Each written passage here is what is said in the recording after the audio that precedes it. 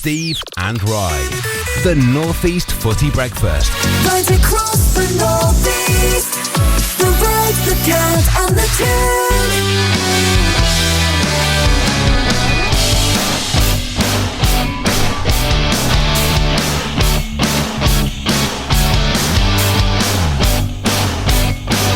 Well, good morning, North East. How are you? It is finally here, the North East Footy Breakfast. I'm an interloper. I'm sitting here taking the money because it's been offered, all 3 pence of it. And the important news is we have Steve Wraith, we have Rye of Invictus TV fame with us. It is the North East Footy Breakfast. Good morning, lads. Good morning, good morning, good morning. Good morning from a sunny afternoon. A sunny afternoon. Sunny afternoon here in Australia. It's just gone 4 p.m. I was going to say, you better qualify. You better qualify, mate. The day is old here, but it is just starting in the beautiful Middlesbrough. And you know what? I'm a bit jealous. I wish I was there sharing a coffee with you, mate. The sun is breaking through the clouds, Wraithy. I don't know what it's like up on Tyneside, mate, but we are seeing some sunshine on Teesside, which I know is a very rare meteorological sight. There's some dark clouds hanging over Newcastle after yesterday, but it is good news, isn't it, that the police have now got to investigate every theft. The Home Secretary says there was definitely a theft of 3 points from St James's Park yesterday. Okay, right. We've done a little intro. Let's get into that. I think it's because it's the most recent.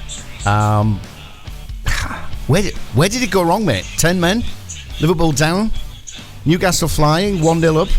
Decent defender sent off at the back for Liverpool, and yet they still ripped the points out of St James's.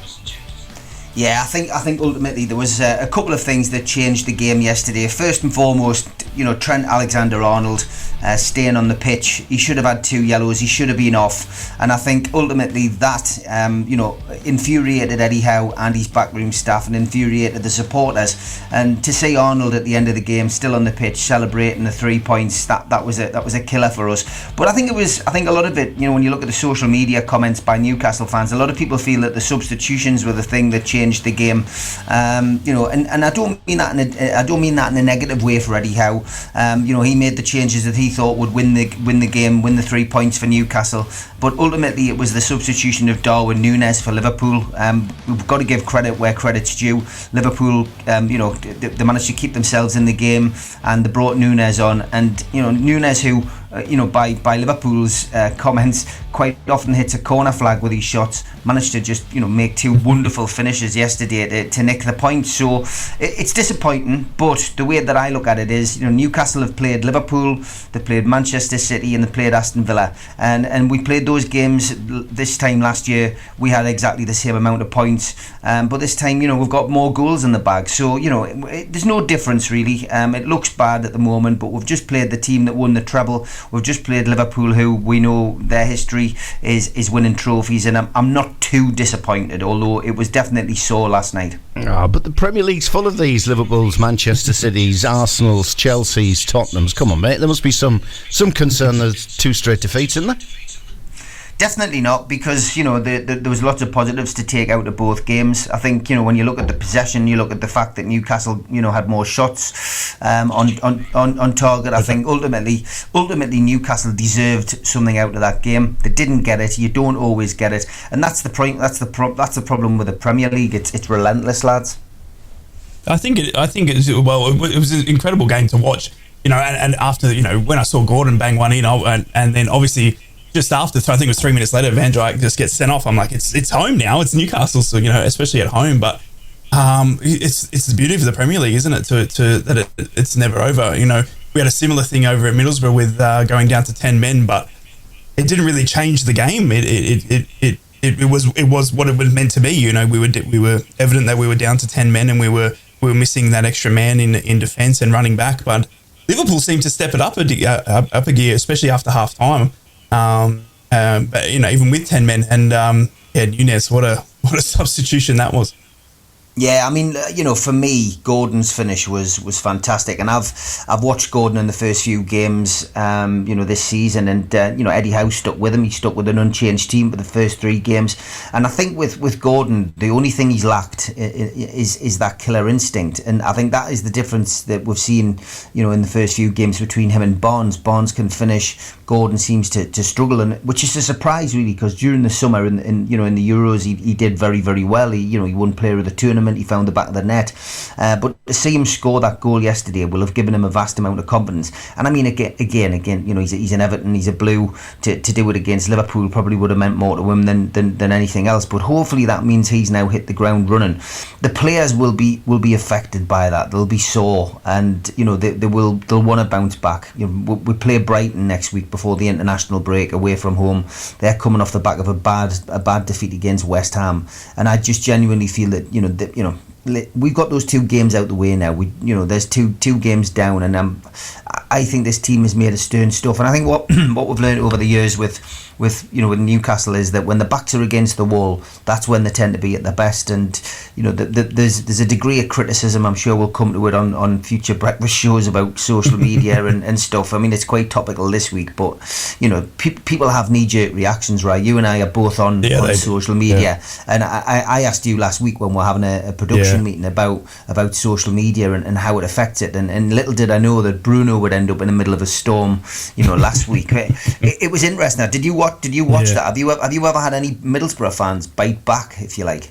Middlesbrough players bite back. I'm sort of still new to the social media aspect of it, and I've definitely had my fair share. I've had a couple of wayward comments, and I guess it's a funny thing with social media. I sort of fell into the world of falling in love for Middlesbrough, just sharing my passion for it, and it gives the people the opportunity to either hate me or love me, sort of thing. And some have chosen that they don't like me, and that's fair enough. And some like me. But to see a player bite back. So Bruno Guimaraes this week actually responded. There was an account which came out. It wasn't. Is that his though? Is it his? Yes, it is. That is him. Him, is it? Okay. And he wasn't. The account. The account wasn't overly critical. It wasn't rude. It wasn't offensive. The tweet, but the tweet they put out was insinuating. That is it time to potentially look at resting somebody like Bruno? And he bit back. He wasn't happy. Wow. He more or less said, "You're kidding me." After everything we've done. Now the tweet was quickly removed, but in the days of as typical happens now with social media, it was screenshotted and relayed to millions around the world, and it made it a bigger story. Even if you put it on the internet for a second, it's out there for good. We had that with Middlesbrough at the start of the season. We had that with Ryan Giles. Ryan Giles, BBC I think they did their podcast, and one of them said in the podcast that Ryan Giles, who was on loan spectacularly for Middlesbrough last season, had a fantastic season for us, a solid left back. Everyone thought he was coming back to the club. And the BBCT's podcast came out and said that Gilo apparently he was signed verbally. He had told the club he was coming back. He was ready to go. The documents were there. All we needed to do was get him, give him the pen. And again, we all see now that he's signed for Luton Town in the Premier League, and that never really happened. And then after that podcast, we saw Ryan Giles on Twitter come out and say that wasn't true. So, and then he deleted the tweet again, like he said it wasn't true. And we had Chuba Akpom as well. Chuba Akpom, who was in a world storm of transfer news as well, was reported that he was asking for too much money, reported that he was unhappy at the club, reported that he didn't want to be there, and again the Twitter came out and said that he's asking for too much money, and he said again not true. So yeah, it was two Ryan Giles and Chuba Akpom that we had two tweets that were quickly one was deleted and one stayed out. I believe Chuba's left his up, but it's incredible though to see social media's aspect these days, because the players must sit there and hear everything, what fans say, what reputable fans say, and obviously the TV and the news, they must get to them sometimes. It's interesting because Eddie Howe was asked about it in his press conference at the weekend prior to the Liverpool game, and they asked him, what his thoughts were, and he just said, look, he says the club will have spoken to Bruno and will move on. He says, but that's why I'm not on social media. He says a lot of these players now, he says, will have grown up with social media. They'll have had an account, and then they'll have taken off football, and then they still have their account now. And he says that's why they're on. He says, but he says with me, he says I've never had it. And he says when I was a player.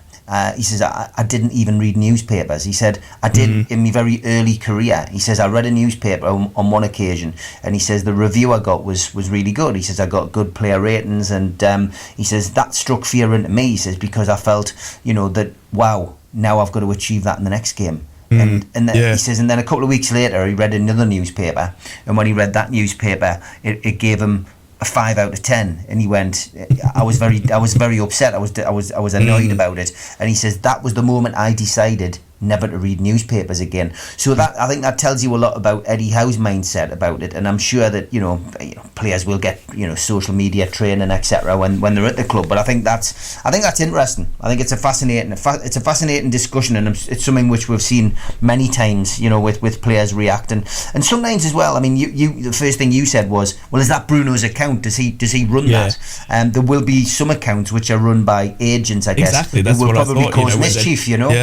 Yeah, exactly. Yeah, and you have the ones that are also fake, and they're hard to tell these days. You know what I mean? With the Instagram and Twitter as well. You obviously, until you click on it, there's and it's in brackets. I think they're told to now. And one of the Elon Musk's changes, from Twitter to X was that they do need to list that they are a parody account, but anything can be said now. And it has, and with social media and it being such a young man's generational thing, most of the players that are coming through today, the 18, 19-year-olds, they're definitely on Facebook, they're definitely on Instagram, what I mean? They're putting we saw Cameron Archer signing for Sheffield United, and he was all over social media about that, and he was talking through Billy Sharp, and we saw an interaction there. So, I think social media can be used for good, but my gosh, it can probably be so detrimental to some players' careers if they sit there and listen to it all. I think we can dig deeper. I think we can dig deeper into this, fellas. But let's pause for breath. Let's have a bit of music and regroup, because I was going to throw into the mix. You've even got referees now in the Premier League and in the Championship who are on social media and are posting, ahead of the games that they're refereeing, which is an interesting concept when you think about it. But we'll have a chat about that and more. Look at Borough, look at Sunderland, and also dig deeper into why I'm looking for a man or woman on Wearside. We'll do that next. It is the Count, the Red and the Tune, Simple Minds, Don't You Forget About Me, Rye and Steve, and we're also looking for one other on the North East Footy. Brekky, how are you? Good morning. So, fellas, you were talking there, Guimaraes, you were talking social media. I have spotted in recent weeks even referees in the professional game now taking to social media, plugging where they are, where they're going that day, where they've been. That's an interesting dilemma. But you talk about players and whether they do their own things. Can I just give you a little bit of an old story that is worth throwing into the equation about how players are looked after? I remember in my time when I was doing the Borough commentaries, and I'd end up going into the Riverside and the training ground at Rockcliffe Park on a regular basis. And one morning I walked in to interview Brian Robson, and Fabrizio Ravanelli is standing at reception with a gas bill in one hand and a checkbook in the other, and he's talking to the girl on reception and couldn't understand how you pay a bill. So in the end he got so frustrated he gave her both pieces of paper and just said, "You do it," and walked away. So that gives you an indication of what footballers are like. That's a classic. Absolute classic. That is classic. I mean, especially when you move around so much. If you're looking at some of these players that are moving every transfer window, they must get so frustrated having to change, bills and addresses and everything like that. Especially if you're a well-seasoned, well-travelled player. Yeah, incredible. Rai, I've given you 20 minutes of grace here, but I'm going to ask you now, what on earth is going on at Middlesbrough? Yeah, listen, it's not been the greatest start to life in the Championship. In the first full season under Michael Carrick, obviously Michael Carrick coming in early to mid of last season after Chris Wilder getting the sack, and we had an amazing run. And unfortunately, we all thought that was going to continue into this year, but it hasn't. It's not to be.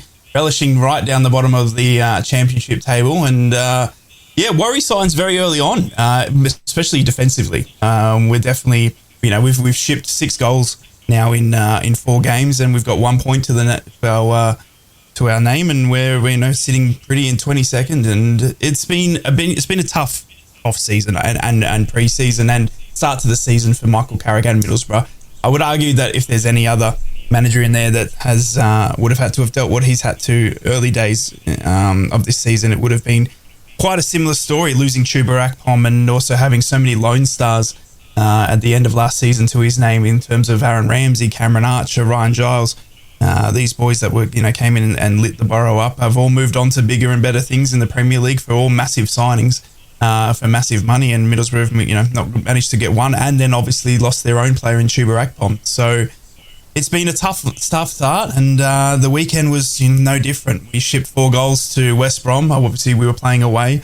We managed to score 2 back. We saw our first goal from Latte Lath, our new number 9, who we're expecting big things from. He looks a real threat, does Latte Lath. I loved his passion. I loved his energy and his endless running. He runs himself into the ground. He's just one of those players. And but yeah, we still have some very big issues at defensively. We got the new keeper in Senny Dieng, and obviously he's still backed in front by Lenihan and Fry. But we saw Tommy Smith come back from injury, our right back, our well-aged, well-seasoned veteran of the club, get 2 yellows. First one was.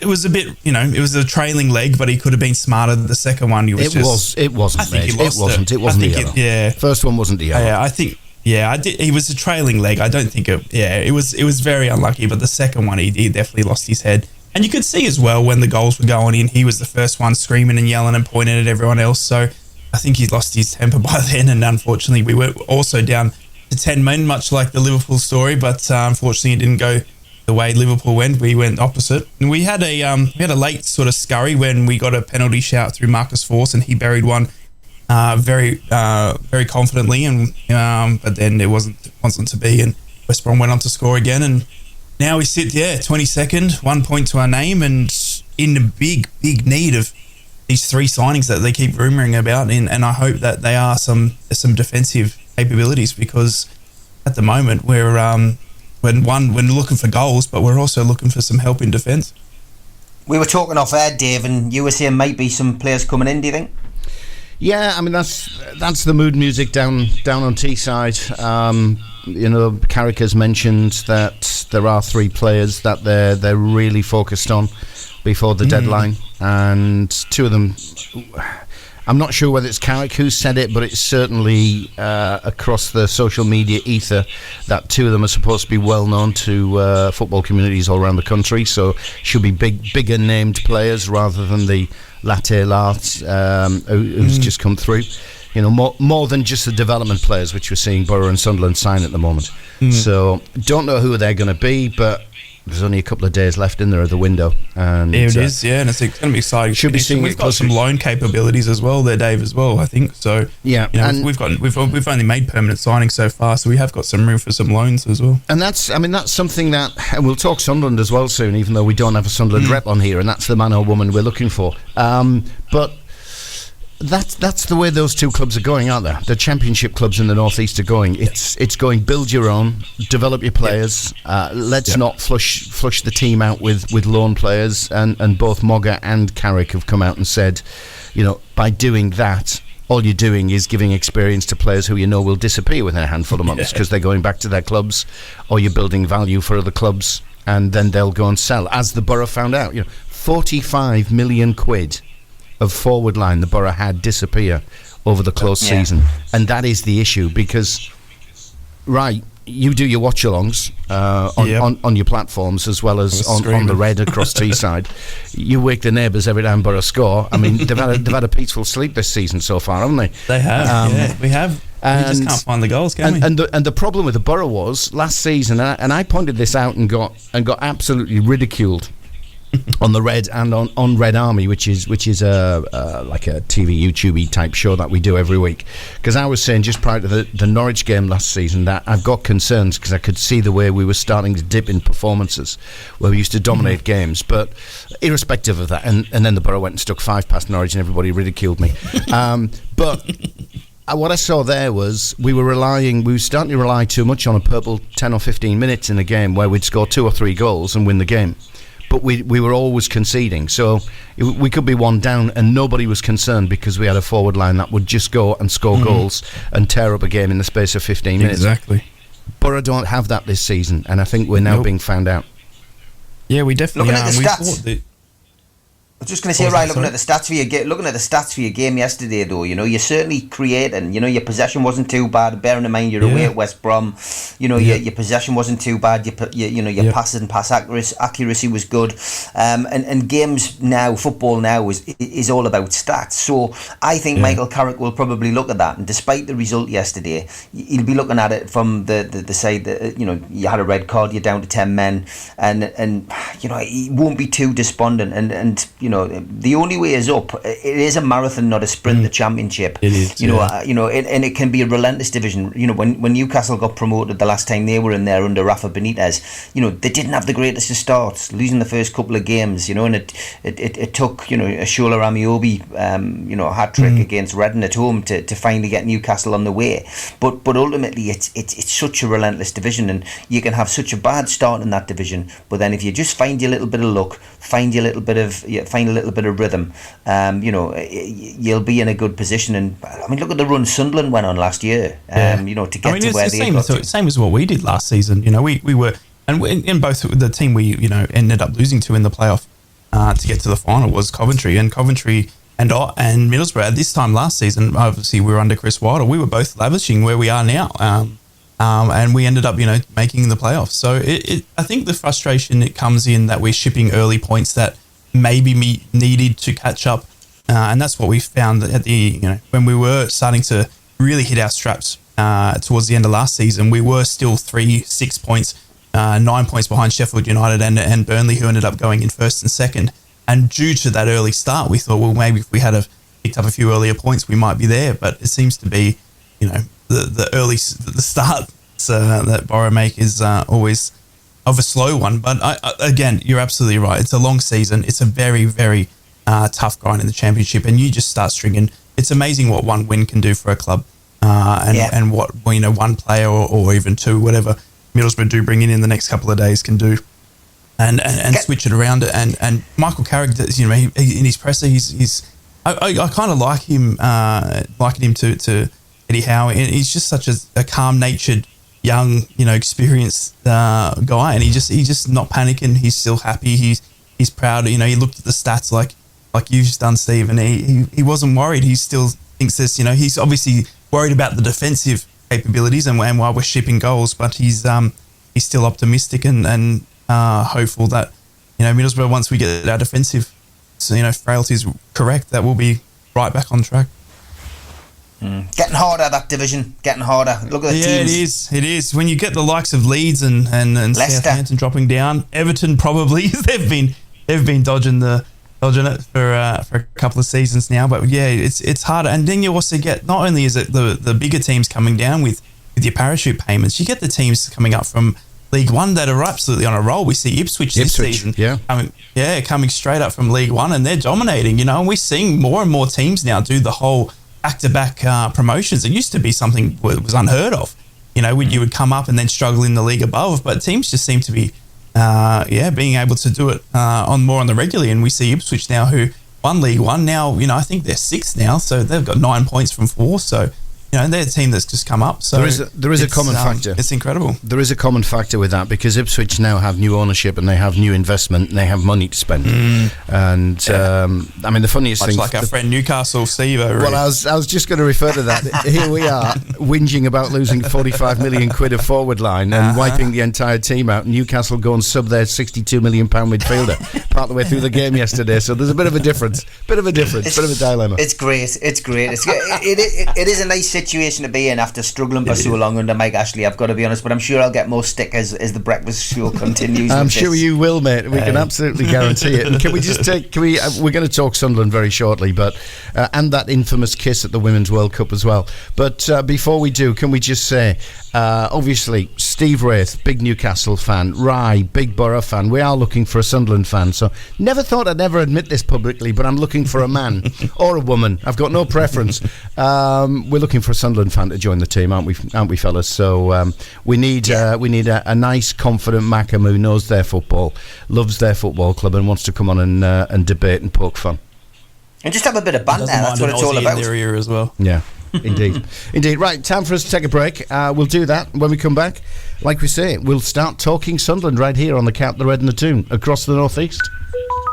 Catherine was turned down by 2 other solicitors before Ather & Co took on her case. My husband was at work, tripped over, fractured his knee. He developed pulmonary embolism and died. That left me a widow with 3 young daughters. Devastating. Charles Ather took my husband's work to court, got them to admit liability. They were very diligent, very caring. Choose the one you know, Ather & Co. So glad that I went to Athers. Clark. My debut 1990 September, Bristol City away, to get that opportunity, what thousands of Geordies only dream of. Hignett. Playing against Chelsea and to score the first goal there is something that still lives with me now, and it's what most people will talk to me about. Williams. A first goal for Sunderland away at Leicester. It was a left foot volley. I didn't realise my left foot was for kicking the ball with as well. I thought it was just for standing up. Across the North East, it's the 3 legends. Fridays at 6 on the Cat, the Red and the Toon. Huddersfield have signed Ben Wiles from Yorkshire rivals Rotherham for a significant but undisclosed fee. Wiles, 24, made 193 appearances for Rotherham and joins the Terriers on a 3-year deal. Eric Ten Hag sidestepped questions about Mason Greenwood as the Man United manager spoke for the first time since it was agreed that the forward will leave Old Trafford. The 21-year-old has been suspended by the club since January the 30th last year over allegations relating to a young woman after images and videos were posted online. Greenwood was facing charges including attempted rape and assault until the Crown Prosecution Service announced 6.5 months ago the case had been discontinued. And Nottingham Forest have announced the signing of Andre Santos from Chelsea on a season-long loan. The Brazil under-20s captain joined Steve Cooper's side at the City Ground after spending pre-season at Cobham. Steve and Rye. The North East Footy Breakfast. Right across the North East, the Red, the Cat and the Toon. Pretty apt, isn't it, for a North East Footy Brekky show? Oh no, I think I'm in love. Tends to sum up all football fans about your football club, particularly Newcastle United as well, which I thought after that opening game of the season, it was looking pretty rosy for them. But 2 straight defeats, Steve. You should have the prayer mat out, mate. You should be, looking at the wind gods because you'll soon be slipping into a Borough sort of run of form if you're not careful. We'll be all right, Dave. Don't you worry about us. You just worry about the Borough. Yeah, I've got plenty to worry about on that score. I'm telling you. Do. Yeah. So we've got Steve Wraith, we've got Rye.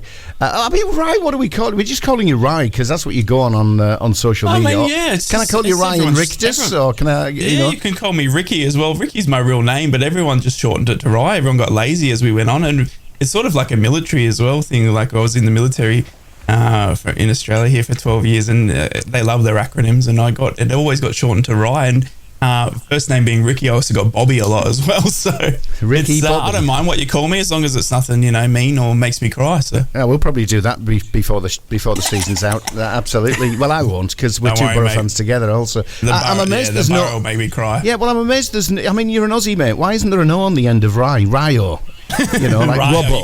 We can go Ryo, yeah. Fremantle's called Frio and all that sort of stuff. You just stick O's on the end of everything. We love it down here. Yeah. We do. We love it. We love putting our acronyms and always shorten it. Yeah. But, I don't know. I just get Rye a lot, so it's always just stuck. So I don't know. But as long, you can call me whatever you want. Steve, did you see? You probably haven't, but when the Aussie influx came into the Borough in pre-season, Rye was given the task of unveiling to the fans who was coming in. and he did it at the office. Did you see the backdrop of the office for him? Have you seen it on social media? Yeah, very impressive. Yeah, bloody Australia for you.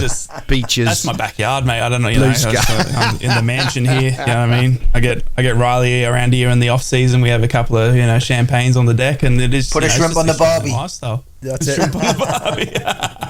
Don't talk about thongs, though. Yeah, I mean, it's the Aussies, the Kiwis, and the Brits have a different understanding. We get a bit confused there, don't we? We do. They get everything. They'll even get the new series of Neighbours first. That's if the Brits put their hands in the pockets and pay for it. Absolutely. Yeah, very true. Yeah, very true. Indeed. So Sunderland, I mean, nobody likes being sent to Coventry, but the Mackems didn't do too bad, did they, getting sent to... I mean, Coventry looks strong this season in the Championship. They did the Borough at the Riverside, begrudgingly.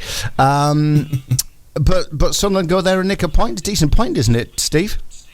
Yeah, to be fair, Sunderland, they seem to have some, I wouldn't say a strength in depth. I think they've got young players coming through. Riggs, obviously, big Newcastle fan, and his family are all Newcastle fan, is a player that I'm certainly going to keep an eye on. I thought Newcastle might have gone in to try and nick him before he signed a professional contract with Sunderland. But, he's been loyal, fair play to him. But I think the acquisition of Bellingham, fair enough, they drew 0-0 against Coventry this weekend, but Bellingham, I think, will be a key player for Sunderland this year.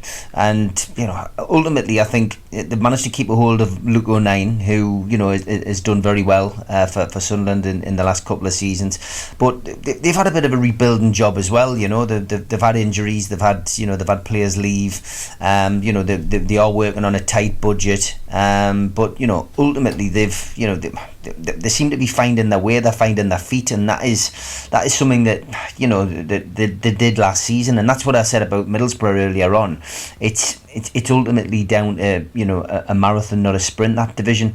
And again, just going through the stats at the weekend, Sunderland playing away at Coventry, but the possession was fairly even. Passes were pretty much accurate as well. The yellow card count, Sunderland won that by a landslide. Four yellow cards they had, so they're clearly putting their foot in, they're physical.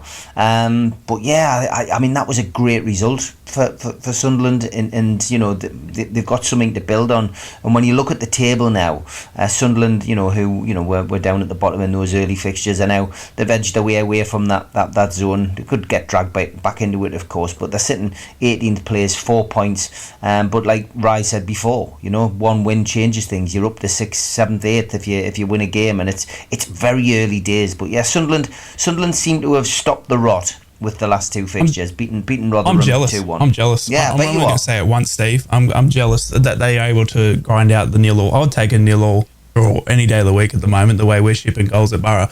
But for them to go to Coventry and to, they are struggling. We keep seeing Mogga always talking about they're not having a number 9, and they've got Bellingham has just come in, and he's now their new striker, and Mogga doesn't want to play there, but has just literally got no one else to play there. And he's, he comes away from Coventry saying disappointed that we didn't score, and even without a killer number 9, he said that, and he's not sure that they will get one by the end of the window because they're not falling off trees. I'm pretty sure he said so.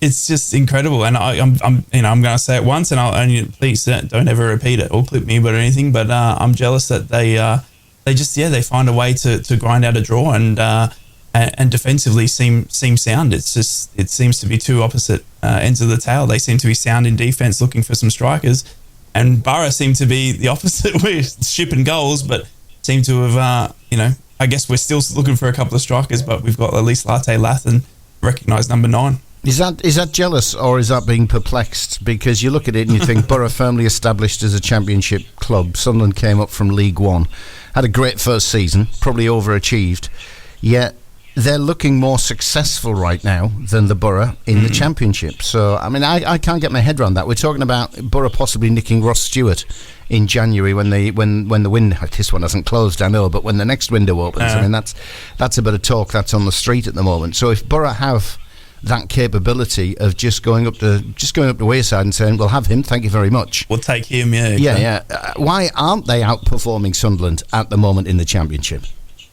It's a great question, and as I said, I think it just goes back to them being defensively, like Steve said. Luke O'Nien is an amazing. He's said filling in at centre back. He's an amazing defensive. They've got rumours and constant drama at the moment with an ex-Borough defender in Danny Bath, who's rumoured to be wanting to move away from the club, but hasn't seemed to have found one. He was on the bench on the weekend, but defensively they seem really strong. Luke O'Nien, Ballard at the back there, Patterson in goal as well. I rate as a good goalkeeper, and I won't say that ever again. They bought Bradley Dack in and Bellingham, who are two very. Dack is always been a bit of a wizard when he was at Blackburn, and obviously Mogger knows him well, and then Bellingham, like again Steve was saying, I think is a shrewd shining for them, and that's someone they can just play up front to fill that gap until Stewart does come back. It's frustrating as a Borough fan to see just a team that can grind out a 0-0, because any point is better than none. Yeah, I've obviously been watching the games that you guys play as well. Middlesbrough Sunderland. Do you see that as a derby, Ryan? I think I do. I mean, I miss I grew up watching Middlesbrough Newcastle in the Prem when we were both up there for quite some time, and I again with Sunderland, I think I do. I see if any of us Northeast clubs come against each other, I definitely see it as more of a fixture that we definitely want to watch, and you can see it in the crowd numbers. There's a few more in the crowd when we go up against Sunderland, and in the same league, it creates a little bit of that rivalry and being so close. And we've always had connections. We see Mogger, obviously Middlesbrough great as their manager and stuff like that. So there's definitely some close connections there, and I definitely see it. I know where Steve's going with this. As a more game to watch. Yeah, you got to behave yourself, Steve. Come on, because I know what Mackems and Mags say to each other. We are the Derby. Forget those smoggies in Yorkshire. They've got nothing to do with the Northeast. Everybody disowns us. So behave yourself. It's interesting. It's an interesting question. I just didn't know whether Rye felt that Middlesbrough Newcastle was more of a derby, and from a lot of Newcastle fans' perspectives, yeah, you're right. People don't see Middlesbrough as the derby; they see Sunderland as a derby. I've always seen Middlesbrough as a derby. I mean, yeah, you're further away, but it's always had a different kind of edge. I've always enjoyed the games against Middlesbrough. There's been some great derbies over the years.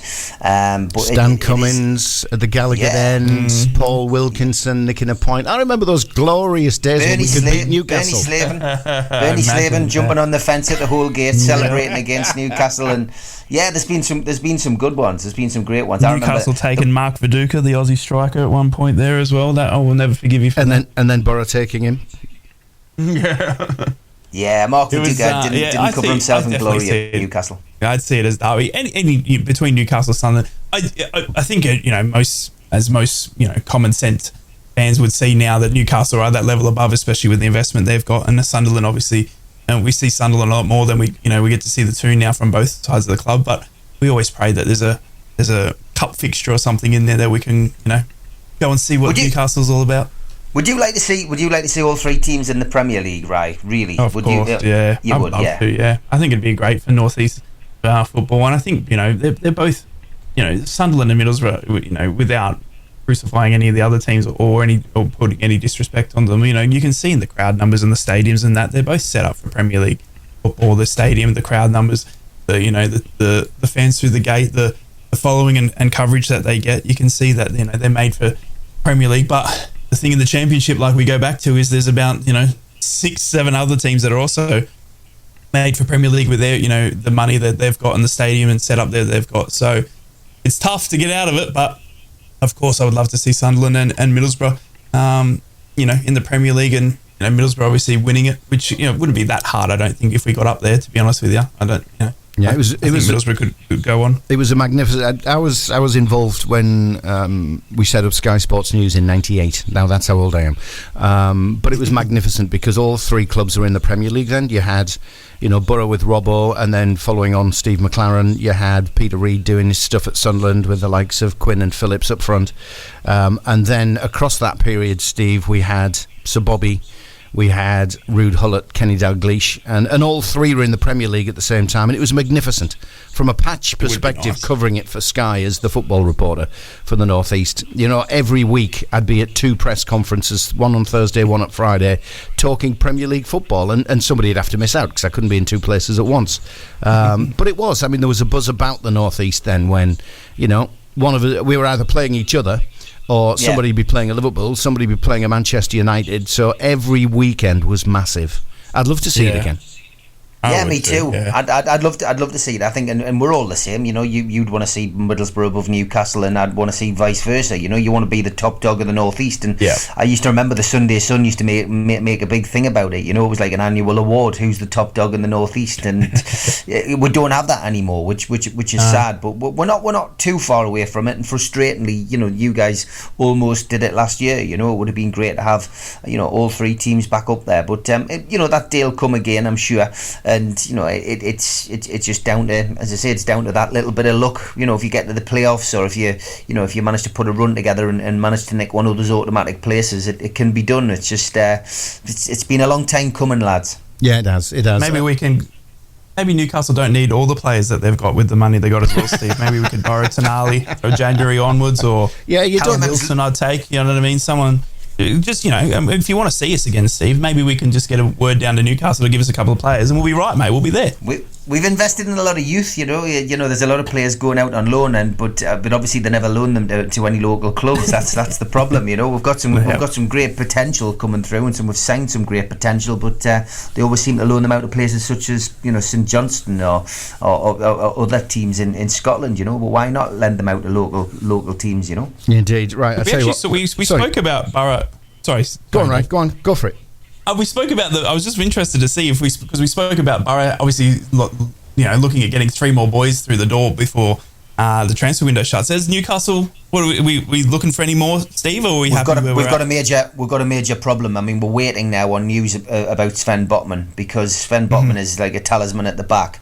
Many Newcastle fans have been concerned about the centre half position because of Fabian Schär. Obviously, our back four, the majority of them are the wrong side of 30. Fabian Schär has this tendency to pull up with injury, and he did so last week, and then went on to have a great performance against Haaland with Botman in tow. But that's the problem. If we lose a centre half, then most Newcastle fans feel that Jamal Lascelles isn't good enough to step up to the plate and do the job, and I think we'll have to invest in a centre half. If Botman has got an ankle injury and he's going to be out for say 4 to 6 weeks, then we've got a bit of a problem, and that is a major concern. If there was no injuries, I would think that Newcastle's business was done.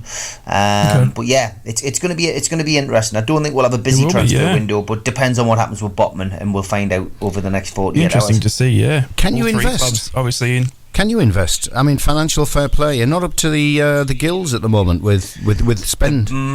They managed to get rid of Ryan Fraser on a season-long loan, which is great. It looks as if Hayden might go to Luton. That looks as if that deal is imminent. Certainly, Luton showing a massive interest in Hayden. Keen on the move back down. We were linked with him as well, weren't we, Dave? You want mate? We were linked with Isaac Hayden, weren't we? Yeah. Family issues, I think are something which are playing a part in that, and I think he wants to move back down south, so Luton would fit would certainly fit that for him. They've managed to get rid of some of the driftwood. I think the only person who we've still got a hold of who you'd like to see out the door because of the wages side of things is Jeff Hendrick. So, and again, you would imagine before the 1st of September that a Championship club's going to come in for Hendrick and take a gamble on him. So that does help financial fair play, and I think Newcastle would still be able to. Certainly, they haven't utilised the loan deals. Lewis Hall's come in from Chelsea on loan, but I think they could still bring another player in on loan. So I think Newcastle will be able to bring somebody in, but it's who and what kind of deal that let's hope Botman's okay. I'd hate to see him out for any period of time. He's a massive player for us, Yeah, an interesting one. I've neglected to give out the number for people to get in touch. You can WhatsApp the show, get your points in across the North East Footy Brekky. All you got to do is WhatsApp this number 0330 043 2002. That's 0330 043 2002. One of our regulars has already done that. It's Peter in Seaham, and he just says, can you just tell Steve, Newcastle lost, Borough lost, Sunderland got a point, therefore the Black Cats are top dogs in the North East this weekend. I like that, and you are right this weekend, and I'll just have to take that on the chin, I'm afraid. Yeah, hopefully we're not going to be taking it on the chin for much longer, I tell you. I wish I had some Arsenal come back with you, mate, but I've got nothing at the moment from Borough. That's what I love about the North East. You see, we're all football passionate. Whether you're a true football fan in terms of buying season cards, all the merchandise, going to every single game, or whether you're just somebody from the wider football community, you want your team to win, don't you? And when they do, you're happy. Always. Productivity goes up. When they tank, unfortunately, like Teesside's getting used to at the moment, then productivity goes down, and we all walk around with a cloud above our heads. But no, it's nice to see.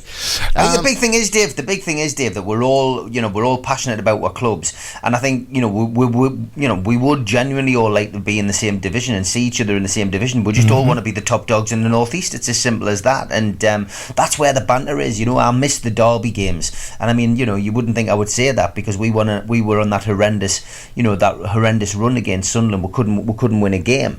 We managed to get that 1-1 draw, I think, with Mitrovic scoring to finally end that run. But I miss those games. I love the nervousness of the derby week, the build up, the passion, the stuff in the newspapers, the stuff on radio, the stuff on TV, and then the eventual game is great. The feeling of the derby game, whether it's Newcastle, whether it's Sunderland, there's just something unique about it up here.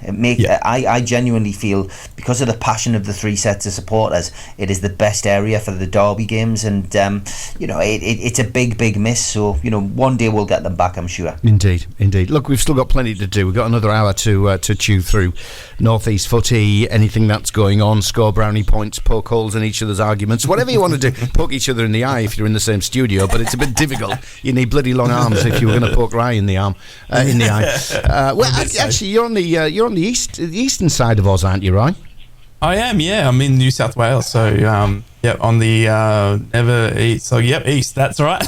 I did well at school. We're on the just gone 5 p.m. here, so it's usually a bit rough watching, keeping up, but I wouldn't change it for the world. And that's touching on what Steve said as well. The passion that I have, whether it's from Australia, whether it's from we see people all around the world following their teams, and no matter what time it is, always got to sit up. But God, I love a Newcastle derby. No, I'd love a derby full stop, doesn't matter at the moment. And sadly it's in the championship. So that number again, if you want to WhatsApp the studio, get your points and get your comments into the lads, 0330 043 2002. Got a bit of housekeeping to do. We'll be back in a few more. Whoa, Celestial windows. Whoa, Celestial windows. Whoa, Celestial windows. Whoa, Celestial windows, conservatories and so much more. With high security, great quality, the company you've been searching for. Whoa, Celestial windows. Whoa, Celestial windows. Catherine was turned down by 2 other solicitors before Ather & Co took on her case. My husband was at work, tripped over, fractured his knee. He developed pulmonary embolism and died. That left me a widow with 3 young daughters. Devastating. Charles Ather took my husband's work to court, got them to admit liability. They were very diligent, very caring. Choose the one you know, Ather & Co. So glad that I went to Athers. Steve and Rye, the North East Footy Breakfast.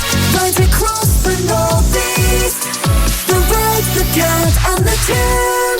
Yes, the boys are back to talk footy and everything else. We've got Rye, who's in Gadai, down under, Australia land. Gadai. Do you get kangaroos running around, mate? We do, actually. We had one on the front lawn just last night, actually. So they're getting around. We're just going into spring here, so they're starting to come out. But we have some regular culling seasons as well, because they get a bit crazy down here. Yeah, they can be a bit dangerous as well, can't they? They can. Some of them are pretty staunch, mate. Don't you worry. Yeah. Especially the ones with boxing gloves on, Dave. I'm assuming you don't get many. You don't get many kangaroos in Dunstan and Walker and places like that, can you? Nah, no, definitely not, mate. You get plenty of people with boxing gloves on, but no kangaroos, mate. It's definitely not. Brilliant. I'd love to see Dan Byrne versus a kangaroo one day. That'd be a good one, I reckon.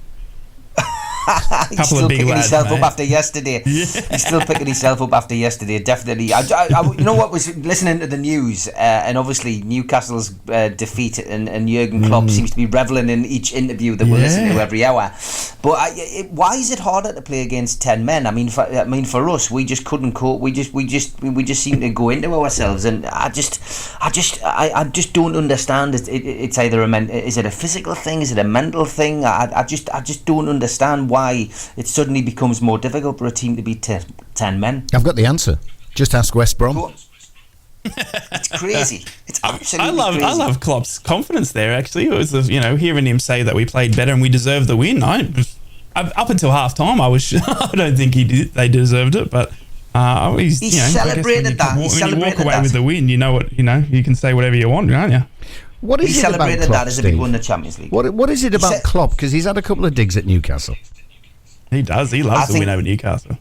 He is really concerned, isn't he? He is really concerned about Newcastle and the finance. He doesn't like the Saudi money. He doesn't like the Saudi money. He doesn't like the Saudi influence. And for his perspective, he sees it as a threat. And it's his job that's under threat at the end of the day, because his remit is to qualify for the Champions League and try and win a trophy every year. And they've now got Newcastle, gate crashing the party, and he was definitely not happy about the takeover, and I think it all stems from that. And there has become this little rivalry between Jurgen Klopp and Eddie Howe, which I find strange. I mean, the stats are heavily in Jurgen Klopp's favour. Eddie Howe cannot beat him. I think he's beaten him once in his managerial career at Bournemouth. Other than that, he's virtually lost every single fixture, so he's got a bit of a hex on him, and he doesn't know how to beat him. But Jurgen Klopp just seems to revel in it, and making comments in his press conferences about the ceiling and about the Newcastle don't have a ceiling, and as far as spend's concerned, well, of course they do. We're heavily governed by financial fair play. The microscope is on us all the time because of our takeover, and then making comments about the technical area. The new rules were brought in. It's going to upset Newcastle. It just seems that everything is directed towards Newcastle and Eddie Howe from Jurgen Klopp, and I think it's part of it's psychological. It's a bit like Alex Ferguson getting under Kevin Keegan's skin, isn't it, back in the 90s? I'd love it. It's deliberate. I'd love it if we beat them. I'd love it. So I think it's very similar to that, lads. I think that's the reason he does it. Yeah. I think you're absolutely right. I think you touched on it there as well with the Saudi Arabia thing, and that's something I think we can talk about as well, like with obviously going on the Saudi Arabian influence in their league, how they're taking off and buying everyone. But I think Klopp's he's definitely got that. He's got to be in his bonnet about it. And, he was asked questions yesterday. We saw was Mo Salah, there's rumours that Mo Salah's going to get, $38 million bid from Saudi Arabia. We saw Henderson obviously go earlier in the window as well. And then obviously Newcastle being owned by Saudi Arabia, he's got a bit of his bee in the bonnet about it. And I think there's a few other people around England that, I don't know if worried is the right term, but I think Saudi Arabian, their league and their, the money that they're starting to offer out to some of these players, which is life-changing money, mind you, is starting to, is Saudi Arabian league starting to rival the Premier League? Nah, definitely not. I think Klopp is very hypocritical, right? I mean, we can nitpick and go back through his press conferences, but Klopp said, if the day comes that he has to pay £100 million for a player, he'll walk away from his job at Liverpool. Mm-hmm. Yet Liverpool, on more than one occasion this summer, have bid £100 million for a player and not got the player. They bid for Caicedo. Mm-hmm. They bid over £100 million. So he talks rubbish, and then he said, if I would walk away from this club if we had anything to do with Saudi money. Then the club take Saudi money for Jordan Henderson. So again, Klopp hasn't walked away. There's two examples. He really is he is very hypocritical about it. As for the Saudi league, for me personally, it'll never rival the Premier League. We've seen it. We've seen this happen in other countries. We've seen the China League. That was going to be the next big thing. It didn't take off as everybody thought it would. You saw Rafa Benitez go there, and he quickly hot-footed it back to the UK because it wasn't what it said on the tin.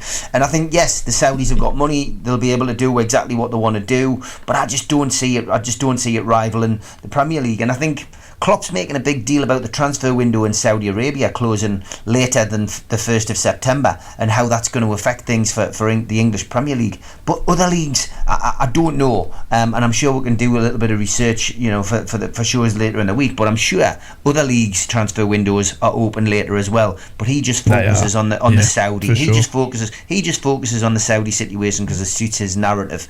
And I think, I just, if somebody came in and bought Liverpool, if Saudis or Qataris came in and bought Liverpool, would he be complaining? Would he resign? I don't think so. It's interesting, the question on, is the Saudi League ever going to rival the Premier League? I think we all agree the answer is no.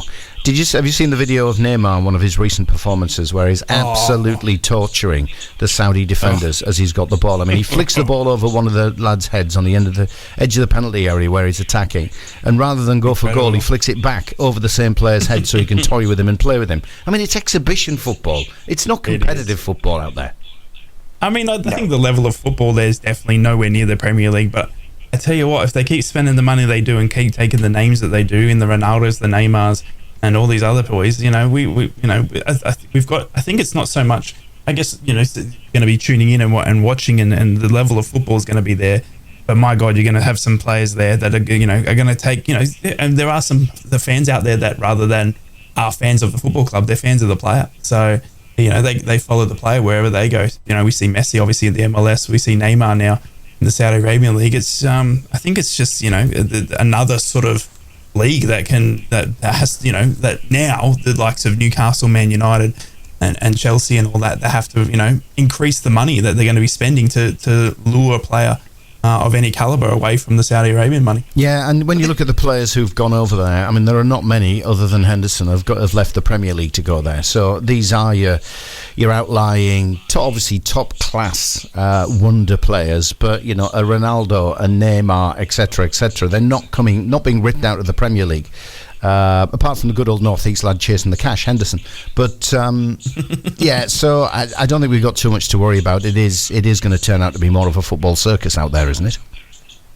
Yeah, I would agree. I think it's it's really just, it reminds me very much of the Canadian league. When Peter Beardsley back in the 80s played for Vancouver Whitecaps. Yeah, it's exactly the same. You had George Best out there. You had Pellier out there, and it is more like exhibition football. I think they will aim to have the young Saudi players coming through and playing against these players and learning more from them. But I think when you get to know the Saudi culture, we've had to do that because obviously with our owners, our main owners predominantly being from there, they watch the Premier League in a day in, day out.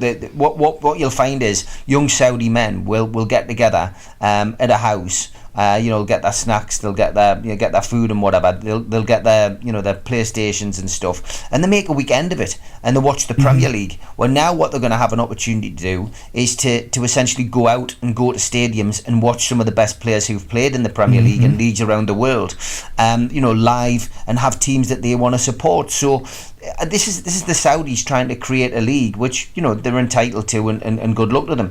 And getting back to the Saudi issue, we can't skate around it, right? They've got human rights issues. Before you do that, Steve, mate, can we just there's a great comment coming from Joe in Middlesbrough, just saying, lads, you're talking about Saudis, you're talking about players, you're talking about the best going out there. What if you guys were offered by Saudi Radio £3 million a year to go and present this show over there? Would you hesitate?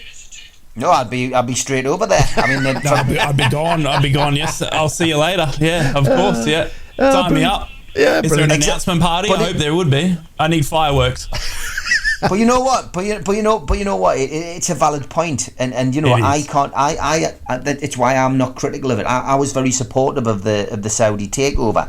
No, obviously I had an ulterior motive. I wanted to get Mike Ashley out the club, but I did listen to what people were saying about the human rights issues. I did hear about what people were saying about, you know, Khashoggi, the murdered journalist. I did listen to what Amnesty International said. I did listen to all different sides of the party, but from my, and everyone had lots of people had valid things. But what I will always point back to is go back in history, read your history about what we were like back in the dark ages, and you know our human rights issue was horrendous. We went round and colonised lots of different countries. There's many. You can go through the list of countries which are still colonised now. Some countries don't want to be colonised by the UK anymore.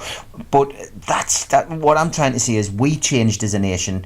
Then we have to give Saudi Arabia the option to change as well. And I think a lot of it, you know, is simply down to a lot of big clubs in the Premier League's football owners not wanting to be challenged, not wanting to have their little, you know, top six cartel threatened by, you know, a team from the north. And I think if Sunderland received, you know, a takeover, or Middlesbrough got a takeover, I think you guys would be exactly the same as me. You'd be sitting back, you know, enjoying it. I'd take Bahraini money right now. Though. I'd take Qatari money. I'd take it no matter where it comes from. I'd take it. Yeah, I agree.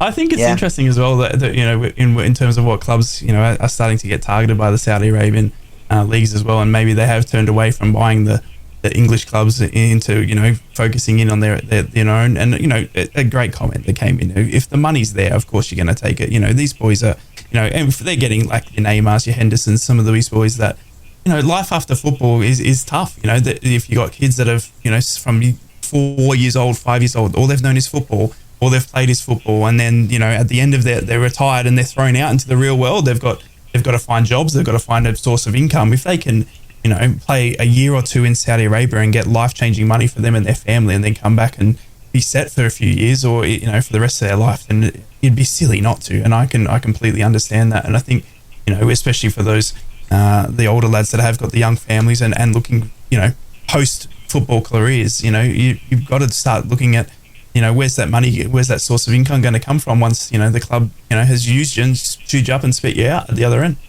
Absolutely. Right, we're just going to take a quick break, fellas. Time to recharge your glasses. Don't know what you're putting in. Obviously, you're at the opposite end of the day side, so might be a bit stronger than our cups of tea here in England.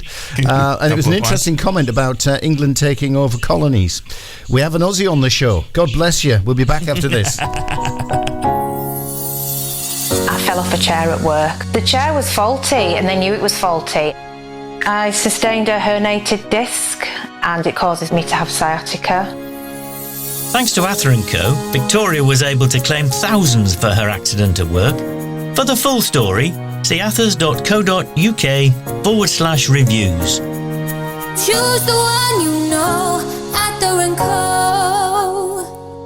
Clark. My debut 1990 September, Bristol City away, to get that opportunity, what thousands of Geordies only dream of. Hignett. Playing against Chelsea and to score the first goal there is something that still lives with me now, and it's what most people will talk to me about. Williams. A first goal for Sunderland away at Leicester. It was a left foot volley. I didn't realise my left foot was for kicking the ball with as well. I thought it was just for standing up. Across the Northeast, it's the three legends. Fridays at 6 on the Cat, the Red and the Toon. Steve and Rye. The Northeast Footy Breakfast. Right across the Northeast, the Red, the Cat and the Toon. Oh, young Fender. Geordie lad himself. Where's he from, Steve? Is it North Shields lad? Yeah, North Shields lad, mate. Top lad as well. Met him a couple of times. Lovely guy. We've got to get him on the tune. It is the Northeast Footy Breakfast right across the Northeast. 3 separate radio stations carrying it. We've got the Toon, which is for Newcastle, Gateshead and Tyneside. We've got the Cat, which is Sunderland and Wayside. And we've got the Red, which is Borough, Stockton and Greater Teesside as well. So all 3 stations coming together. Go on, who was going to chip in there? Oh, it was just me saying woo to the Middlesbrough. Oh, all right, good man.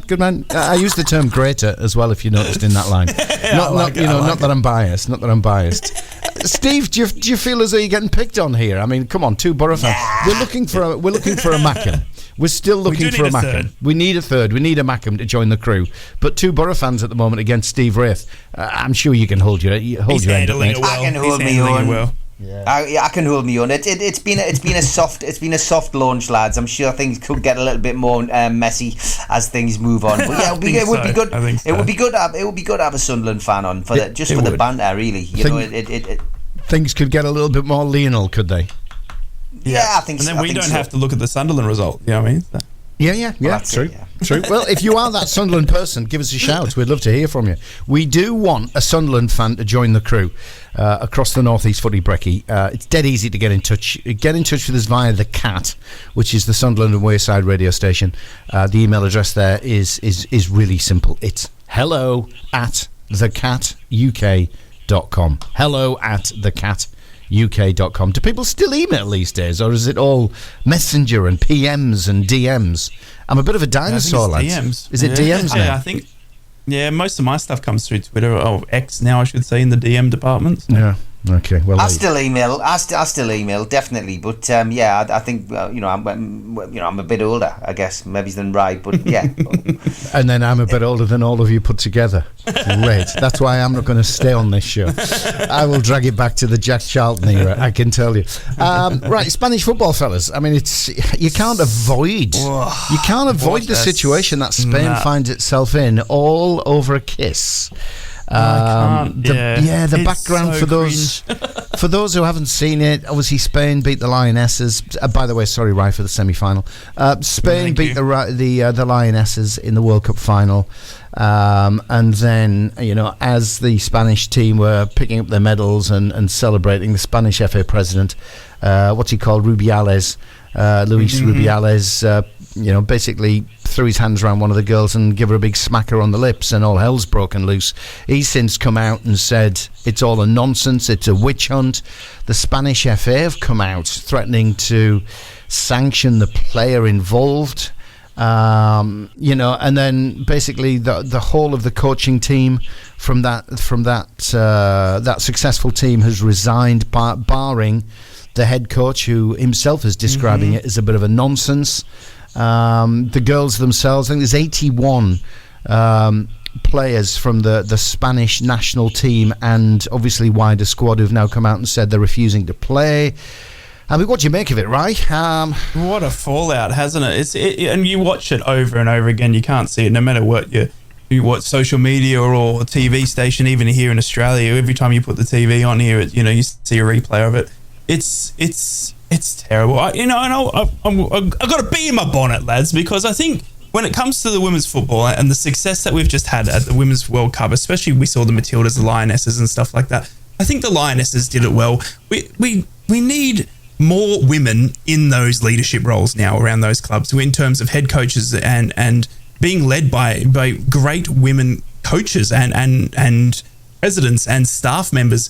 Because, I think it's, if we're going to really start to grow the women's football game, we need to take the men out of it. I'm sorry, we do. We need to see the ex-players becoming coaches, them becoming, staff, presidents and stuff like that. Because it's just like, this wouldn't happen. Do you know what I mean? And it's incredible to see. And, you saw her reaction as well. It was with disgust, and she wasn't happy at the kiss either. And whether it's it was harmless, whether it was no malintent necessary, he's just excited. The women's won the World Cup, and you can go celebrating, but you don't see that anywhere else, and it just becomes that whole slander of the women's game gets thrown under what was an amazing Women's World Cup. It ends with this news story, and I hate it. I wish because it was a great, especially for us here, and Stephen can probably touch on what it was like in England, but for the Matildas here in Australia, in a country that's still got football in its probably fourth, fifth spot in terms of popularity here for a country, the Matildas were the most watched sporting event ever. For both of their games, especially the one against Lionesses, that was the most watched sporting event we've ever had here on Australian television, and it was great for women's game, great for a couple of young girls, I've got a young daughter that now wants to be Matilda and wants to play football, or soccer as they call it here in Australia, weirdly. But weird. It's great for the game, but I just want to see, I want to see that sort of nonsense taken out of it. And I think, by getting more, women into those leadership roles, maybe we don't see that as much.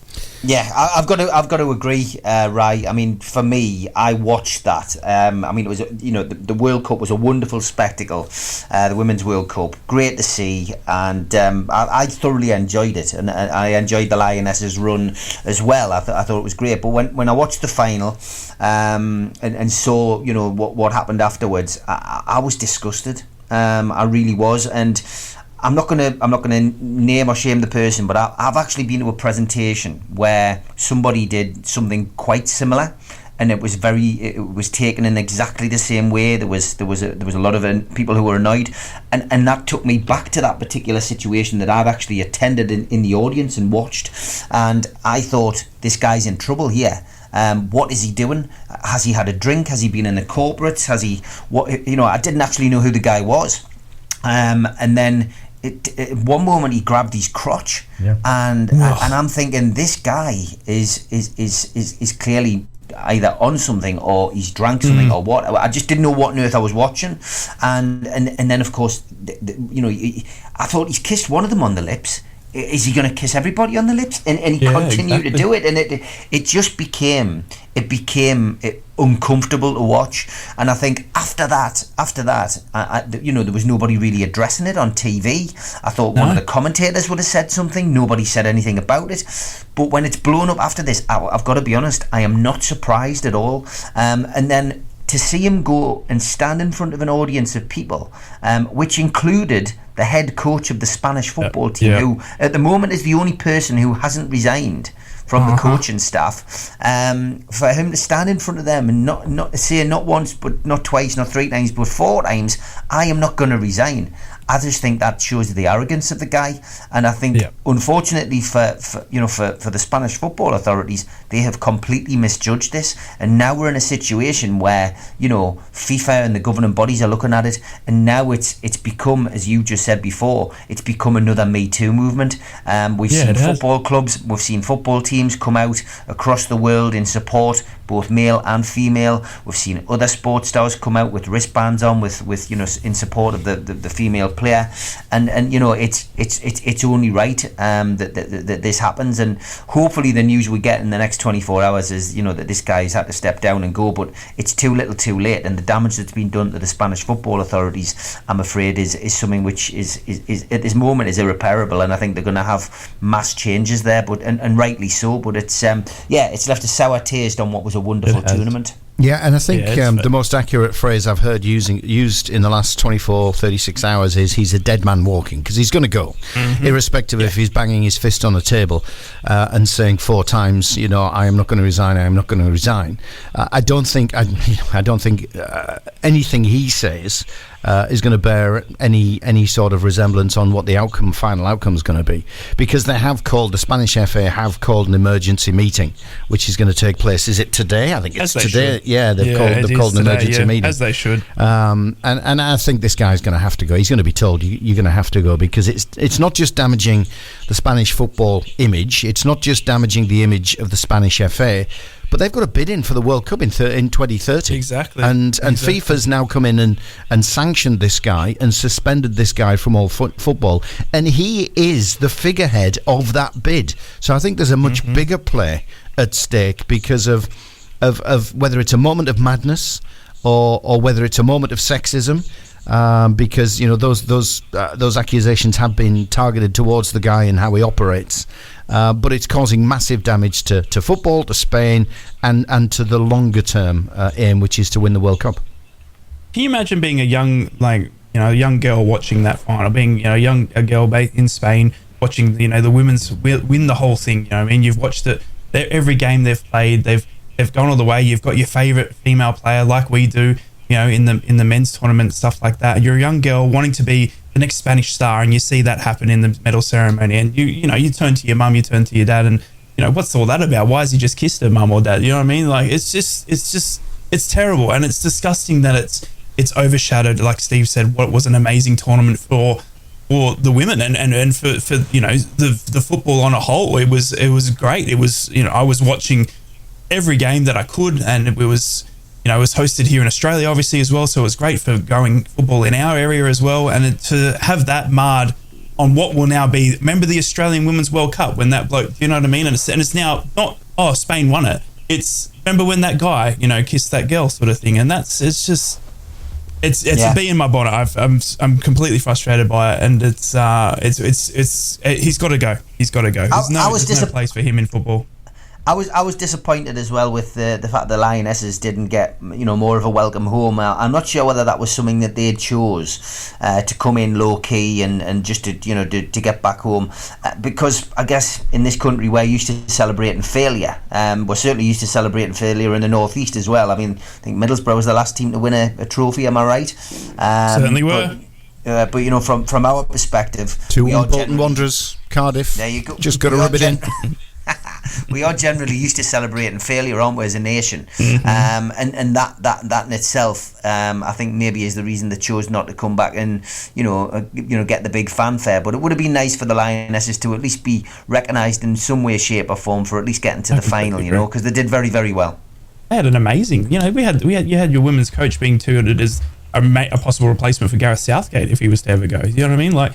That's unheard of, and to see the Lionesses do so well, and England being Aussie is hard to say, but knocking out the Matildas, and now I was like, right, go on and win it, England. And if the men had finished done that in their World Cup and come second for whatever reason, they still would have been massive amount of media and crowds at the plane arrival of wherever it may have been. And look, maybe it was their choice, maybe it was something that they decided not to, given this one guy's actions. And if that is true, again, look at how much he's ruined, for, again, young girls in England that wanted to welcome home their heroes from an amazing World Cup performance.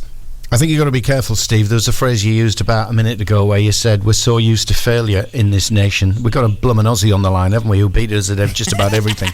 Apart from women's football. So, yeah, okay. Yeah. I've got a real interesting... sorry about that. You were doing that deliberately, weren't you? An Ashes cough. Yeah, indeed. It's only because of the English weather that you lost it. Exactly. You won it, mate. Only because of the weather. Yeah, you retained it. I've got a real interesting mechanic at home, because my wife's actually a Kiwi who's got Australian citizenship. My kids now have Aussie citizenship. And obviously there's me as the Brit sitting in amongst them. So whenever sport comes on TV, they pick and choose which nation they support depending on the success. So in rugby, in rugby, the house is all blacks barring me. In cricket, the Aussies, at least my son swings into the old English tradition, because the thoughts of the Western Terrace at Headingley and all that sort of stuff. When it comes to football, when you beat us that time in men's football, what was that? That was about 8 years ago, wasn't it? 7 years ago. It was, yeah. You did us in that one. Yeah. Thanks, mate. So that's a real interesting mechanic in the Roberts household. Yeah. Anyway, fellas, look, we got 28 minutes to go. We've still got comments coming in. If you want to throw a comment to the lads, you can WhatsApp us. It's dead easy. Just commit this number to memory or stick it in your phone. 0330 043 2002. That's 0330 043 2002. We'll get to your comments very shortly. Please get them in.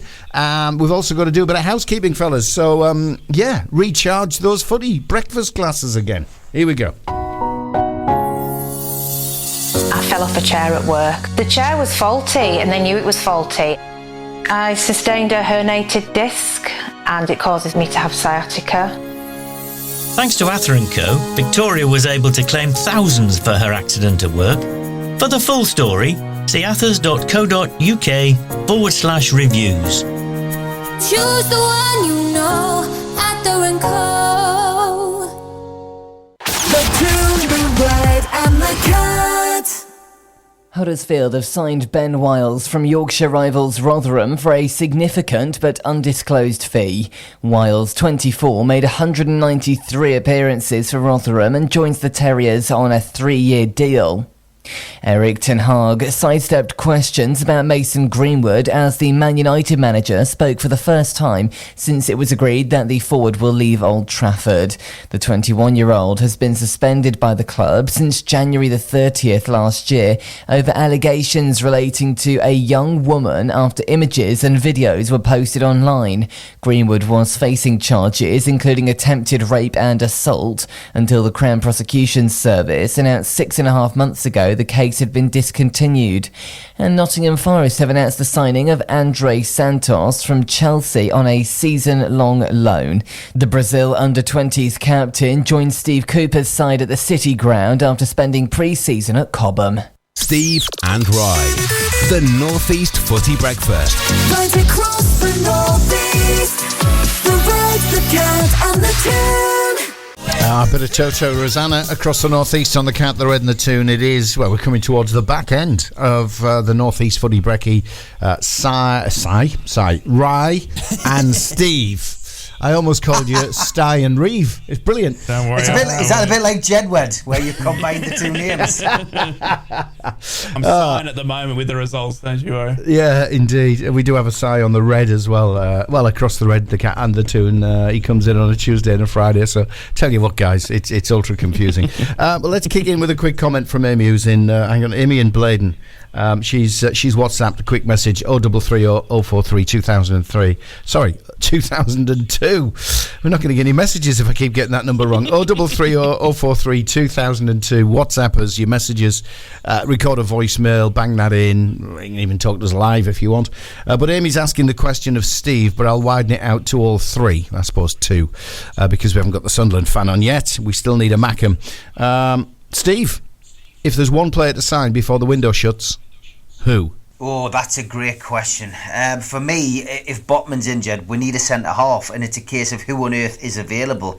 I would have still loved to have seen Newcastle United sign another centre-forward. I mean, I know Anthony Gordon scored a wonderful goal yesterday, but I still feel like we're just slightly short up front. I really would like to see Newcastle go and bring in another forward, but it's going to have to be a centre-half, and that's the big question. Who is going to be available for Newcastle? It's going to have to be a right-footed centre-half as well, because obviously we've got that many left-footers. We need a right-footed one, and Eddie Howe's already shown that he wouldn't play Dan Burn alongside a Botman or a Shaw because of that. So, got to be a centre-half for me. I just love the way you're saying, you're short up front, and I just look at the way you're playing and scoring goals for fun in the Premier League against arguably Europe's best teams, and you still think you're short up front. Go on then, Rye, Si, Peter, whatever your name is. What do we need? Well, for Borough, we need some defensive cover. You know what I mean? We're struggling still in the defensive department. And looking at Sunderland's result earlier and talking about it, obviously, we just need some times where, if we're not going to score any goals and it's evident that we're not, creating the goals, which happens in some games. Some games it's a rained out, washed out day and, it's a long season. I'd like to see the boys be able to dig in and get a 0-0 draw or whatever it may be, just to get a point out of something rather than nothing. So some defensive cover. We've been linked with a young lad from West Ham in the centre back role. And I think we also need some cover for Johnny Howson, the captain, the great Johnny Howson, who is 35 years old, still running that midfield for us next to Hayden Hackney, the youngster. But I swear, like we saw it at the end of last season, if Johnny Howson goes down injured, I'll be very, very worried for the depth of Middlesbrough's defensive midfield position. So for me, a centre back, maybe a centre defensive mid, and Tonali on loan. Sorry, I'm distracted here. Thanks for that, Rye. I'm distracted because I'm just looking at Joe Linton, Anthony Gordon, Callum Wilson, Alexander Isak, and we're still lightweight up front. Can't believe it. We need one more in the bag, Dave. We need one more in the bag. Yeah, you've got the money to do it. Did you see Isaac's interview? Oh, not interview. He was playing. In fact, it's all over Twitter, Steve. Did you see him talking? And everyone can't believe that he's got like the accent that he's got. Have you seen that? Who? Alexander Isak? Alexander Isak, yeah. So he's trending on Twitter. He was about an hour ago, and it's him and two other Newcastle lads at training. I'll see if I can get a link for you, and you can have a listen. But everyone's the main comment, and it's absolutely blown up on Twitter, is that I didn't know what I expected when Alexander Isak was going to sound like, but it wasn't this. And it's literally one of the funniest things you can hear when you actually hear. I'll have to have a look at that. I've got to be honest. He is. Yeah. He's very, very media savvy, and he's very, very good in front of the camera. I was impressed. He was the person interviewed prior to the game yesterday on Sky, and he gives a great interview. He's very, very good. Ibrahimovic says he is going to be special, and if he's going to be special, then he certainly is. But you've sent me the link there. I've got it, mate. I've got it. That's great. You have to have a listen. Yeah, you have to have a listen. It just shocked me the way he sounded. I expected. I don't know what I expected, but you're right. When he spoke and he was interviewing the other boys at the club, it was something completely wild and strange to me. And if you are listening in, have a look on Twitter, and just if you type in Alexander Isak, you'll the first thing you'll see is one of the most trending videos at the moment on the X, if you call it that. It's what you would expect Alexander Isak to sound like. It won't be what he sounds like, trust me. He's Swedish, isn't he? He is, yeah. Well, if you've been sponsored by Kia near the Metro Centre, they've missed a trick, haven't they? They should be sponsoring him.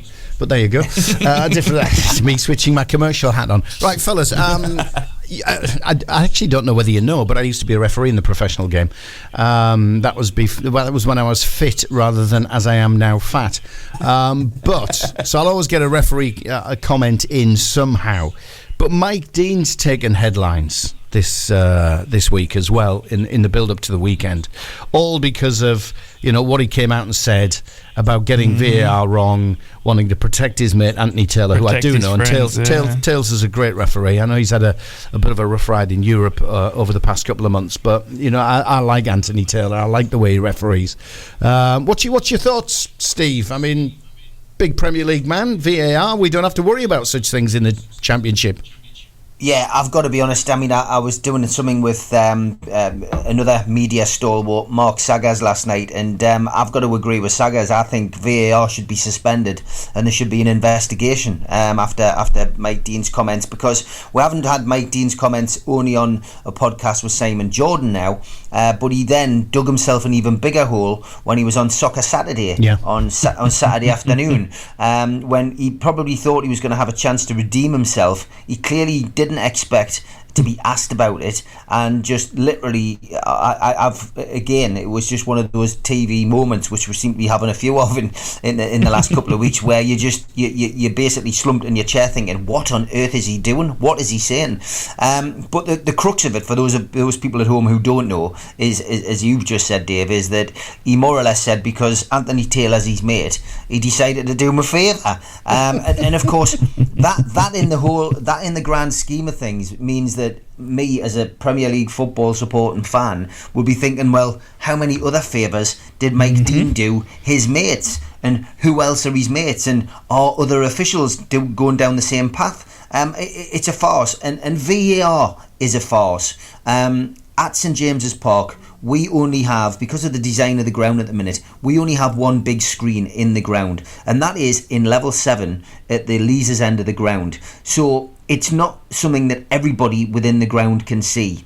When there's a VAR decision, the VAR symbol flashes up on the screen, and then Rob Byron, the stadium announcer, will, if he remembers, or if he gets the heads up, will then say a VAR decision is in operation. Now, I'm not being funny, but this really slows the game down. It spoils the game, and football supporters within St James's Park haven't got a clue what is going on, and ultimately it spoils it for everybody at the ground. It really does. But I think, I've watched the Women's World Cup, and we're harking back to a very successful tournament here.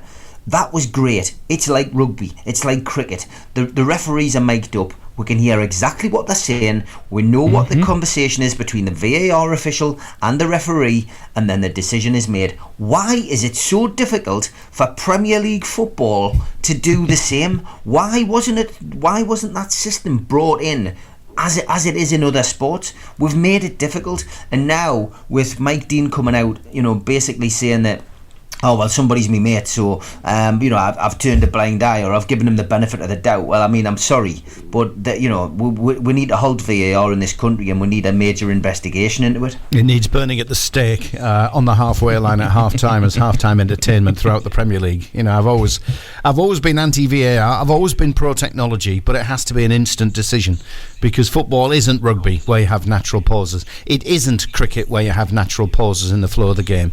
It's a constant ebbing and flowing game. So, it's alien. It's an alien concept to me, even though, I'm a ref and I should be welcoming it with open arms. But, Rye, I don't know whether you have it in the A-League, mate. Has VAR been introduced? It should have been by now into the A-League, hasn't it? We do have, we have it in the A-League. It's not, as prevalent, I don't think. It's not, goal line technology or anything like that, but the umpires do have the opportunity to run over and if the video ref has flagged something, then they can go over and pause the game and have a look. But we saw it on the weekend, Dave, in the Borough game with Johnny Howson, the very first goal that West Brom scored. Yeah. We saw Johnny Howson completely get pushed in the back. And, mind you, it was a powder puff. It was, but it still stopped him from jumping and getting to the ball. And if we had VR in the Championship, maybe that would have been looked at. But again, it's for me with VAR, it's one of those things where if it should be one in, all in, and you got clubs in the Premier League that use it, and you got the Championship that doesn't use it. You've got the A-League that kind of does use it. And if it's going to be a universal thing, then blanket it with the universal thing and put it everywhere, or get rid of it altogether. But when you have a referee, and that, for those that don't know what the actual incident was, it was, if you think back to last year, it was Chelsea-Tottenham when Cucurella got his hair pulled.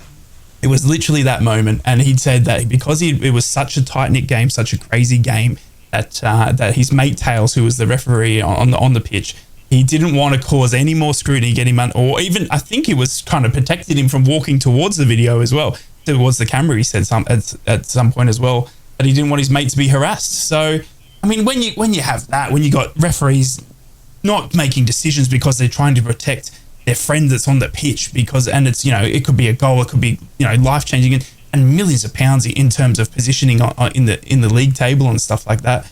You can't have that. You can't have that. So I'm with Steve. Throw it out and fix it up, and take the human error. Because that's the reason we brought it in, isn't it? To get rid of the human error out of the game. It was to correct the 4% of decisions which were incorrect. Exactly. I mean, it was like 96% accuracy on a field of play for critical decisions, and they just wanted to remove that 4%. Goal line technology was something that they brought in, which has been great, right? And that in itself, because it's almost infallible. We did have one incident, I think, a few years back where it failed, but 99.9% accuracy with that, and it's instant. And it's instant, and it's straight to the referee's watch, and it's fantastic. But with this, it's just been such a mess, and that's the problem. And I think add to that. The rule changes that they bring in season after season after season to try and keep the game interesting, or to they say it's to try and improve the game, but it's getting more difficult to explain a penalty situation. Look at yesterday, for example, in Newcastle, right? You could speak to one football fan who would give you one interpretation of the Van Dijk sending off, and you'd speak to another fan who could give you another interpretation of it. And it comes down to the fact of somebody has to make an interpretation as to whether Alexander Isak his next touch was going to create a goal scoring opportunity. No, the referee on the pitch decided. Yeah, the referee on the pitch decided. 100% accurate decision. And who was it on Sky? Was it Carragher saying that it wasn't? We don't know if it was a goal scoring opportunity. An obvious. Yeah. You can't get any more obvious than a striker running on the edge, just about on the edge of the penalty area, 1-on-1 with the keeper. It doesn't matter how many defenders are around him or wide to the side. It's an obvious goal scoring opportunity. So got it spot on. I've got the smallest bit of sympathy for Dean in this, because to take you almost into the inside workings of a referee and the refereeing team, referees will sit down before a game and they'll brief. I mean, to be fair, they tend to be teamed up in the Premier League, so they get very used to how each other operates and what they want. But every referee will brief his team before a game. It doesn't matter whether we're talking World Cup final, we're talking Premier League, or we're talking Birtley against Concert in the Wearside League, or probably Concert in the Northern League. Referees will brief, and part of that brief from a referee is, and I've heard this so many times, and it's a line I used to use, it is, if you, talking to the linesman, assistant referee, if you were the referee, would you want that call from me?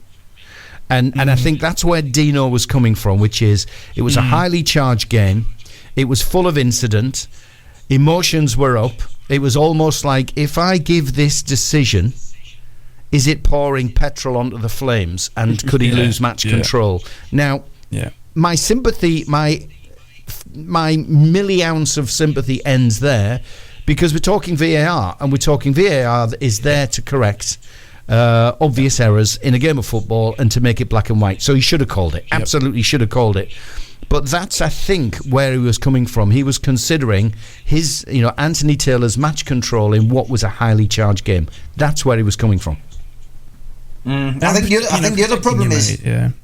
So I was going to say the other problem is that because of the rule changes and because there's so many different interpretations, and because I think some of the officials don't quite get what we're trying to achieve here, I think referees' assistants, better known as linesmen, people of a certain vintage, they're now scared to make a decision. So now we've got a situation where it's all on the referee and the VAR, and the officials now, literally all they've got to do is put the flag up for a throw-in. They don't want to get involved anymore. I think back to games, years ago where it was between. You're saying there's a close knit thing. They have a meeting before the game. That they talk about this and that. I don't think referees' assistants want to make a decision anymore, Dave. I don't think referees want to make a decision anymore because they can just rely on VAR to pull them out of the poo. There's a more for me, and I asked this. I was working up until 3 months ago. I was working for FIFA for the last 2.5 years, and I was visiting a lot of football associations around the world. And because of I used to be an ex-referee, you suddenly get come and have a look at our VAR setup, and Singapore's just taking it on, as well as the likes of the A League and all this, and Malaysia in Southeast Asia. These countries are now adopting VAR. And I asked the same question whether I was in Zurich in a meeting or whether I was in Kuala Lumpur in Malaysia talking to the Football Association of Malaysia. What psychological training are you giving to your referees regarding VAR? And they all look at me with a blank expression. What do you mean? And where I'm coming from is, and we'll talk Malaysia. The Malaysia Cup final has 100,000 fans in the stadium, whether it's Alam Shah or whether it's Bukit Jalil Stadium. They will fill it with 100,000 fans. That is massive pressure on a match official. Now, if he gets a call in his ear to run across to the touchline and review a decision he's just made, is he not instantly put in a position where he's thinking, bums, I've made a mistake here? So is he not actually psychologically already changing his mind before he sees any of the footage for that decision? And that's the point I want to make to anybody in the Premier League, whether it's UEFA in the Champions League, or whether it is the Football Association of Malaysia, Singapore, or wherever. Just the mere fact you're asking a ref to review a decision he's just been made, isn't that influencing how he's going to view it? 1,000%. And I think you said exactly what you said just before, Dave, is that I think that when you especially again, you're not on the Championship or anything like that, but when you're in the Premier League and you make a decision, I think there is now that added voice in the back of your head that if I get this call wrong, VAR will fix it up for me anyway.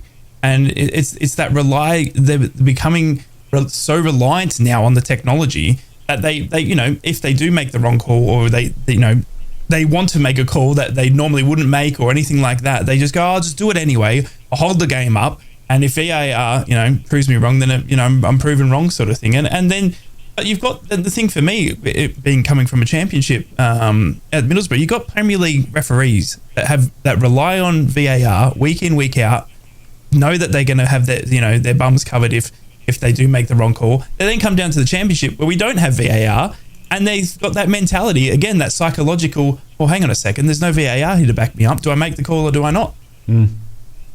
Yeah, it's something which needs to be sorted out at the highest level, and unfortunately, those people just don't seem to be competent enough to make those decisions, in the right way. But it's making a mess of football, and like you said before, right? We're talking about big decisions in the Premier League, and decisions that are wrong could end up costing a team 3 points, which could end up meaning they get relegated to the Championship and not come back. Exactly. Yeah. Exactly. Burn it at the stake. That's what I say. I would agree, mate. I would agree. And sorted. Yeah, that's what they've got to do. But I think the Mike Dean story is going to run, and it'll be interesting to see what he does next. Yeah. Well, every time he pops up on TV or radio, he seems to put his foot further in it. So he's a good lad. Mike, it's good to watch. He's a good lad, Mike. I've refereed with him. I've been his assistant, many times.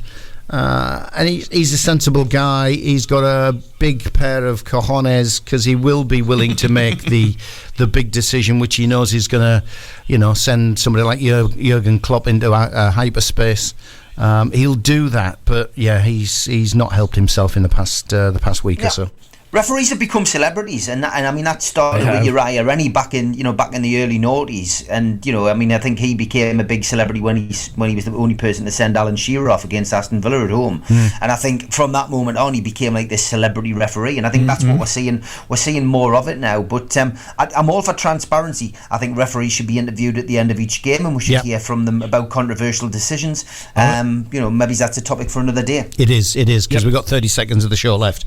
I'll tell you what we'll do as well. Jeff Winter's a mate of mine. I'll have a word with Jeff, ex-Premier League referee, see if he'll come on and maybe give us some insight into the pressures that these guys face when they're walking out at St James's or Old Trafford or Anfield. Fellas, we're out of time. We're done. Thank you. First one done and dusted. Magnificent stuff. Done. Yeah, that's it. Go and have a great evening, Rye and Steve. Go and have a great day ahead. We'll talk to you tomorrow. Happy bank holiday, everybody. Thanks for tuning in. All right. Cheers, guys. Happy holiday, guys.